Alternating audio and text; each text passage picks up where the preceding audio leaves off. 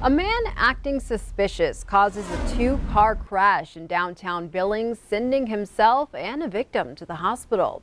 It all started around 9:30 Monday night in the parking lot of the downtown Albertsons store on North 27th Street. Police responded to a complaint of a man in his 20s acting weird and trying to pick fights. Sergeant Brett Becker says when the man saw officers, he drove off in his silver pickup truck, T-boned a red Ford Edge on 27th Street, then tried to run on foot.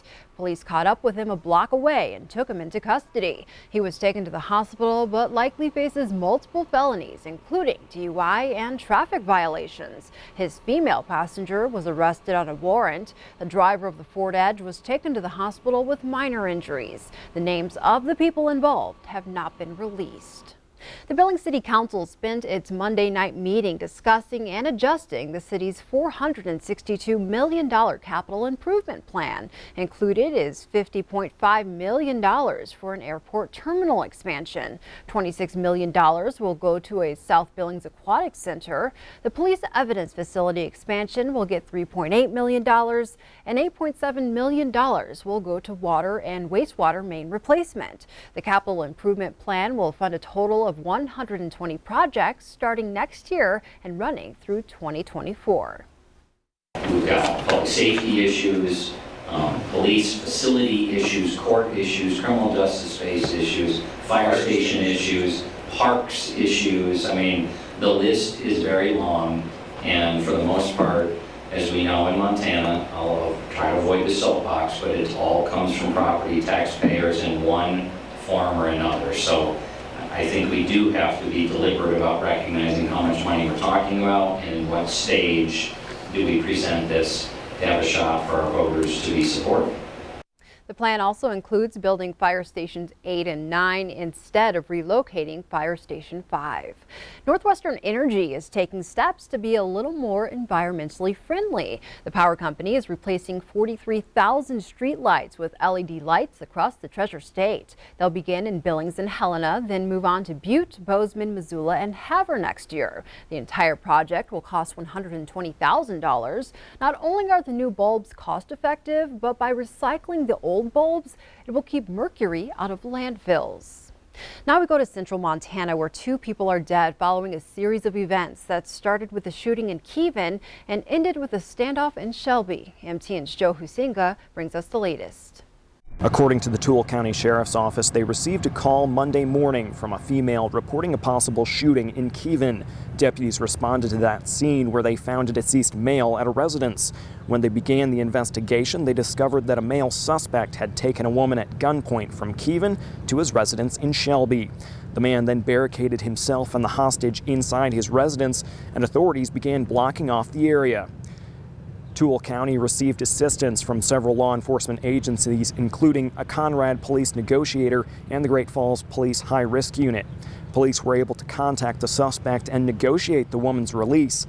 Those negotiations continued with the suspect, but he then opened fire on police, who returned fire.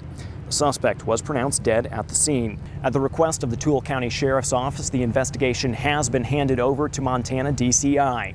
In Shelby, Joe Husinga, MTN News. No prison time for a former daycare teacher charged with smoking meth at a YMCA facility in Missoula. 30-year-old Autumn Hines was sentenced to 20 years in prison Monday, but all 20 years were suspended. If you remember, last April, Missoula police found what court documents describe as a drug den inside the daycare center. Hines is ordered to pay nearly $500,000 in restitution for the damages caused to the learning center. Authorities in Lewis and Clark County are trying to figure out why and how a pickup truck carrying a man and dog ended up in the Missouri River. Emergency responders were called to the river near Craig Monday morning after the submerged truck was discovered by a fisherman. A man and dog were found deceased in the vehicle. While they tried to figure out if the crash was intentional, it appears the truck drove between 2 homes at high speed before landing in the river. The deceased man's name has not been released. We now know one of the victims in March's Missoula road rage shooting spree was shot 8 times. According to the Montana Highway Patrol, Casey Blanchard continues to recover and is now in rehab. He was shot in the left arm, the chest, spine, abdomen, and both legs. After 10 surgeries, he continues to recover and make progress. Back on March 14th, Blanchard got out of a vehicle to check on a motorist he thought needed assistance. Blanchard was one of 4 victims in that series of shootings near Missoula. Shelley Hayes died from his injuries, and Montana Highway Patrol Trooper Wade Palmer continues to recover in a Utah hospital. The suspect is still in jail and faces charges for the crime. Montana's Buffalo Wild Wing restaurants are stepping up to raise money for the victims. On May 13th, 20% of their proceeds will go to the victims. All you need to do is go online and download a coupon to present with your order that day. You can find it by visiting this story on our website. Governor Steve Bullock sent 3 bills to the chopping block Monday, including a proposal to exempt additional Social Security income from state income taxes. Montana couples earning up to $32,000 a year generally pay no state income taxes on their Social Security benefits. Governor Bullock vetoed the bill that would have asked to increase that threshold to $60,000. Bullock said the tax cut would cost the state $36 million over the next 2 years. In addition, he says it would jeopardize critical services for low-income senior citizens. The sponsor of the bill says he thinks seniors on fixed incomes need a tax break. Bullock also vetoed a bill requiring families to seek unpaid child support before getting food stamps, and a bill to make it a felony to give false information to a police officer was also vetoed. The state of Montana is now officially Real ID compliant. While the enhanced licenses are optional, they will be required to board a commercial flight and enter a federal building come October of 2020. Passports will also be accepted to take part in either of those activities. But if you want a Real ID, you need to make an appointment at the DMV. Required documents include a birth certificate or passport, your Social Security card, and documents to prove your residency.